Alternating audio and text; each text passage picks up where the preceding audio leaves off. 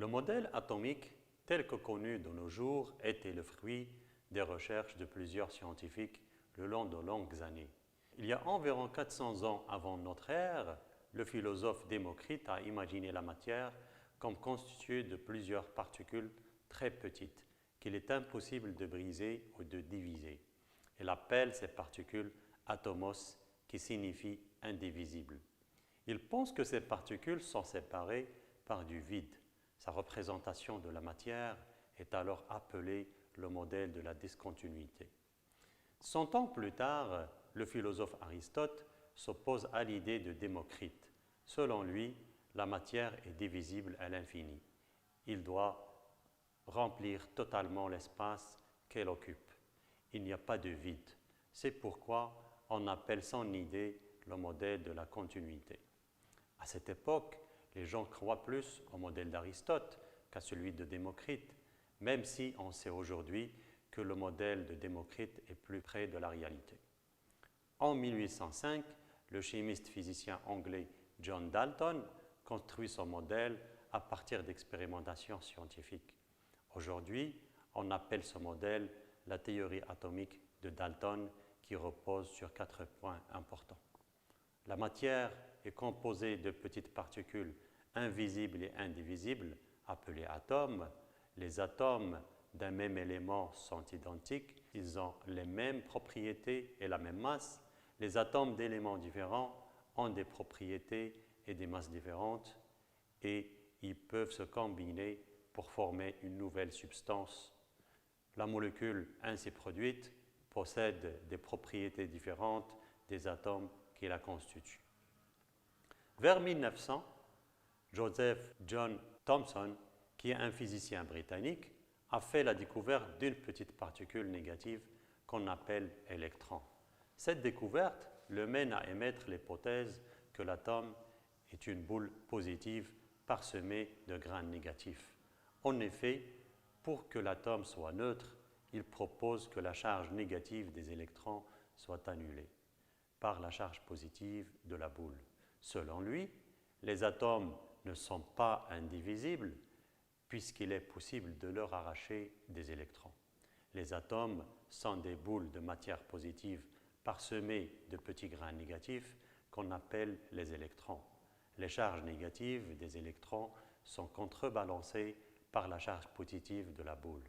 De cette façon, l'atome est neutre. Ce modèle est appelé le pain au raisin, tel que la mie du pain représente la boule de matière positive et les raisins répartis à l'intérieur du pain représentent les électrons.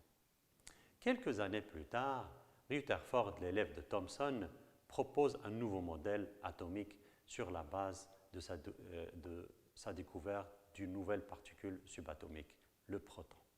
Rutherford s'intéresse à la radioactivité, plus spécifiquement aux observations des scientifiques de son époque qui ont remarqué que les éléments radioactifs émettent différents types de radiation. Parmi ces types de radiation, il y a le rayonnement alpha qui est formé de particules chargées positivement. À partir de ces découvertes, Rutherford fait des expériences.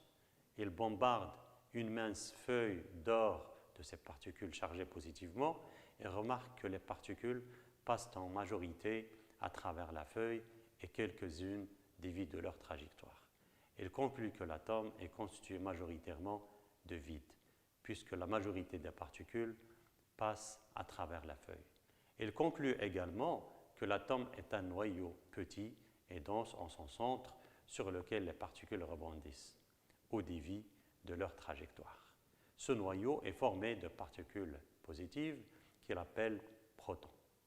En effet, le modèle de Rutherford repose sur 3 points. Le premier point, l'atome est principalement constitué de vide. Deuxièmement, l'atome contient un noyau massif formé de particules chargées positivement, les protons. Et troisièmement, les électrons gravitent autour du noyau. Toutefois, le modèle de Rutherford a quelques limites, entre autres, il n'explique pas pourquoi les électrons de charge négative ne s'écrasent pas sur le noyau de charge positive. C'est le physicien Niels Bohr, qui est l'élève de Rutherford, qui apporte une précision au modèle de son professeur. et explique pourquoi les électrons de charge négative ne s'écrasent pas sur le noyau de charge positive. Cette précision explique aussi les raies d'émission qui sont des couleurs de lumière émises lorsqu'on donne de l'énergie à une substance. Bohr suppose que les électrons circulent sur des orbites qu'il appelle couches électroniques. Chaque couche électronique correspond à un niveau d'énergie précis. Plus l'électron se situe sur une couche éloignée du noyau, plus elle a de l'énergie.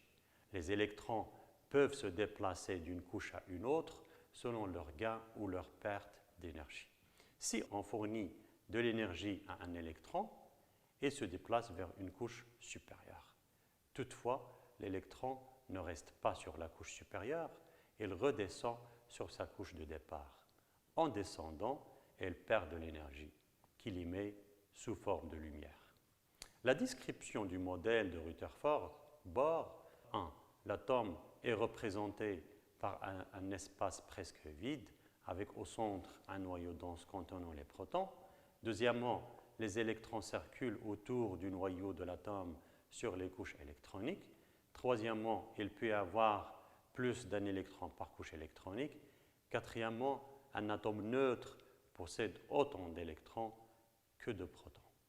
Le modèle de Rutherford-Bohr n'est pourtant pas encore parfait et n'explique pas comment les protons, tous de charge positive, restent liés entre eux dans le noyau, au lieu de se repousser. En 1932, le physicien britannique James Chadwick apporte une précision au modèle de Rutherford-Bohr en découvrant une nouvelle particule située dans le noyau qu'on appelle neutron, vu qu'il est neutre. Elle a expliqué pourquoi les particules positives du noyau ne se repoussent pas. Les neutrons se lient aux protons dans le noyau. Par le fait même, elles diminuent l'effet de leur répulsion. Ils permettent ainsi au noyau d'être stable. On appelle ce modèle le modèle atomique simplifié pour le différencier des modèles atomiques plus complexes qui ont été élaborés dans les années suivantes.